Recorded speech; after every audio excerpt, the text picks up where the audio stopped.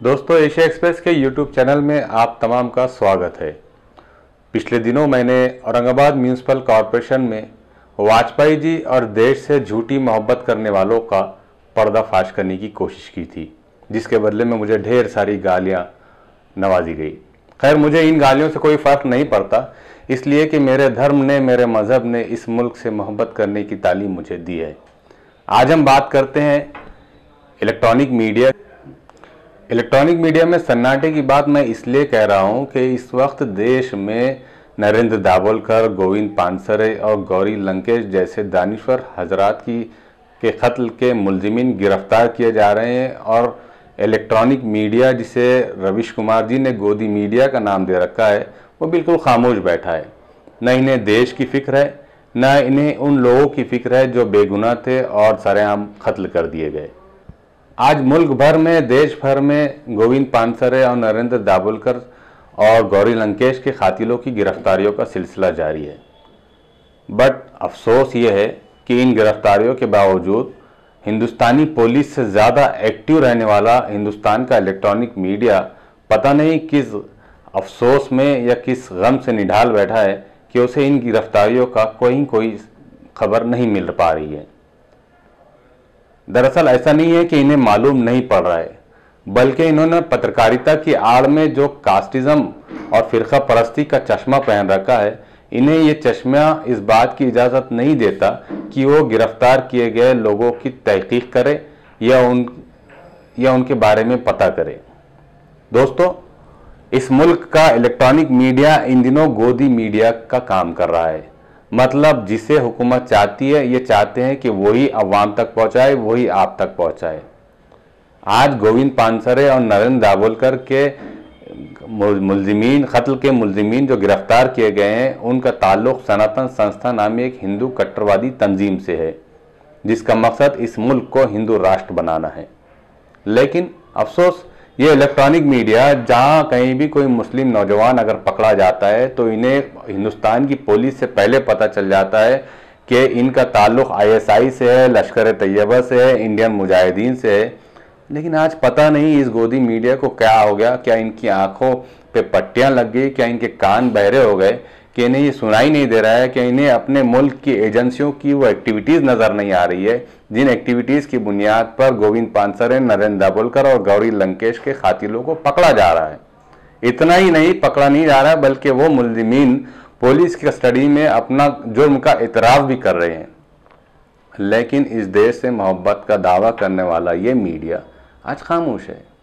तो ज़रूरत इस बात की है कि सेकुलर जहन रखने वाले अच्छे नौजवान आगे आए और वो इस तरह की गोदी मीडिया को ये बताए कि पत्रकारिता इसे नहीं कहते हैं, बल्कि पत्रकारिता इसे कहते हैं कि हम देश को जोड़ने का काम करें, देश को तोड़ने वालों को बिला लिहाज धर्म और मज़हब के बेनकाब करें, चाहे वो हिंदू हो, चाहे वो मुसलमान हो। अगर वो देशद्रोह काम कर रहा है तो वो गलत काम कर रहा है। ना हिंदू मज़हब सिखाता है कि देशद्रोह का काम करे, ना इस्लाम सिखाता है कि देशद्रोही का काम करे। लेकिन गोदी मीडिया इस वक्त जो रोल प्ले कर रहा है इस देश में, वो इस देश को जोड़ने का काम नहीं कर रहा है, बल्कि इस देश को तोड़ने का काम कर रहा है। ये बैठे हैं लाखों करोड़ों रुपए की तनख्वाहें लेने वाले एंकर समझते हैं कि ये चीख चीख कर झूठ को इतना फैलाएंगे कि सच लगने लगेगा। लेकिन शायद वो ये भूल गए कि झूठ का वावेला ज़्यादा दिन नहीं चलेगा। कहीं ना कहीं लोग आएंगे, लोग बदलेंगे और इस देश की फिजा फिर से हमवार होगी। अभी तक के गौरी लंकेश, नरेंद्र दाभोलकर और गोविंद पानसरे के कत्ल के जुर्म में औरंगाबाद से 4, जालना से 1 और कोल्हापुर से 1, ऐसे जुमला तकरीबन 7 नौजवानों को गिरफ्तार किया गया है, जिनका ताल्लुक़ सनातन संस्था नामी तंजीम से है, जो चाहते थे कि इस किस्म के वसीउल नज़र और एक ब्रॉड विजन रखने वाले दानिश्वर हजरात को इस मुल्क में पनपने नहीं दिया जाए। अगर उन्हें पनपने दिया जाएगा तो उनका जो हिंदू राष्ट्र का ख्वाब है वो चकनाचूर हो जाएगा। तो आज ये 5 लोगों को कत्ल किया गया था पिछले कुछ सालों में। आइंदा कुछ सालों में कुछ और लोगों की लिस्ट यहाँ पर मौजूद थी जिनको वो लोग टारगेट करना चाहते थे। इसके अलावा इतना ही नहीं, बल्कि ये जो नौजवान पकड़े गए हैं मैं यहाँ पर इन्हें हिंदू आतंकवाद नहीं कहूँगा। इसलिए नहीं कहूँगा कि हिंदू धर्म भी आतंकवाद की तालीम नहीं देता। इसीलिए मैं कह रहा हूँ कि ये जो नौजवान आतंकवादी गतिविधियों में पकड़े गए हैं, इनके घरों से बम मिले हैं, इनके घरों से पिस्तल मिले हैं, इनके घरों से चाकू, छुरियां और तलवारें मिली हैं, लेकिन इसके बावजूद भी हिंदुस्तान का मीडिया खामोश बैठा है।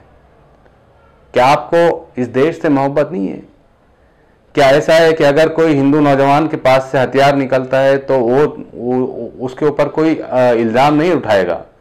क्या ऐसा है कि अगर किसी मुसलमान के घर से तमाम हथियार मिलते हैं तो वो देशद्रोह हो जाता है?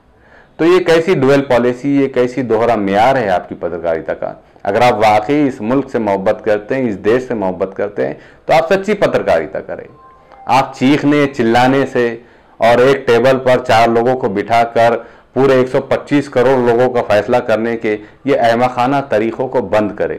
आप अवाम में आए, जनता के बीच में आए, जनता से पूछे कि आप क्या चाहते हैं, आप देश में किस तरह का वातावरण चाहते हैं, आप देश में किस तरीके की पत्रकारिता चाहते हैं। बल्कि ये नहीं है कि स्टूडियो में बैठकर एंकर जो है तो चीखे चिल्लाए, सूट बूट में बैठे और वो सोचे कि मैं बहुत बड़ा काम कर रहा है।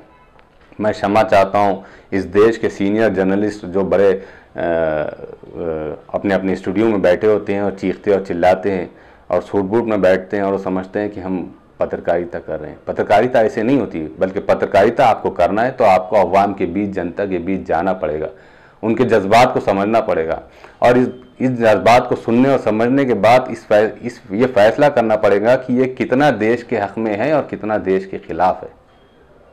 तो दोस्तों, बराए मेहरबानी ऐसी गोदी पत्रकारिता मत कीजिए जो आपके लिए भी नुकसानदेह हो, इस देश के लिए नुकसानदेह हो और उससे ज़्यादा इस देश की जनता के लिए नुकसानदेह हो। तो मेरी इस मौके पर आपसे विनती है कि मुल्क में जो कोई भी आतंकवादी गतिविधियों में अगर पकड़ा जाता है तो उससे बिला लिहाज धर्म के और उसके मज़हब के आप उसको बेनकाब कीजिए। अब अवाम तक और हुकूमत तक ये मैसेज पहुँचाइए कि जो आतंकवादी गतिविधियों में इन्वॉल्व है।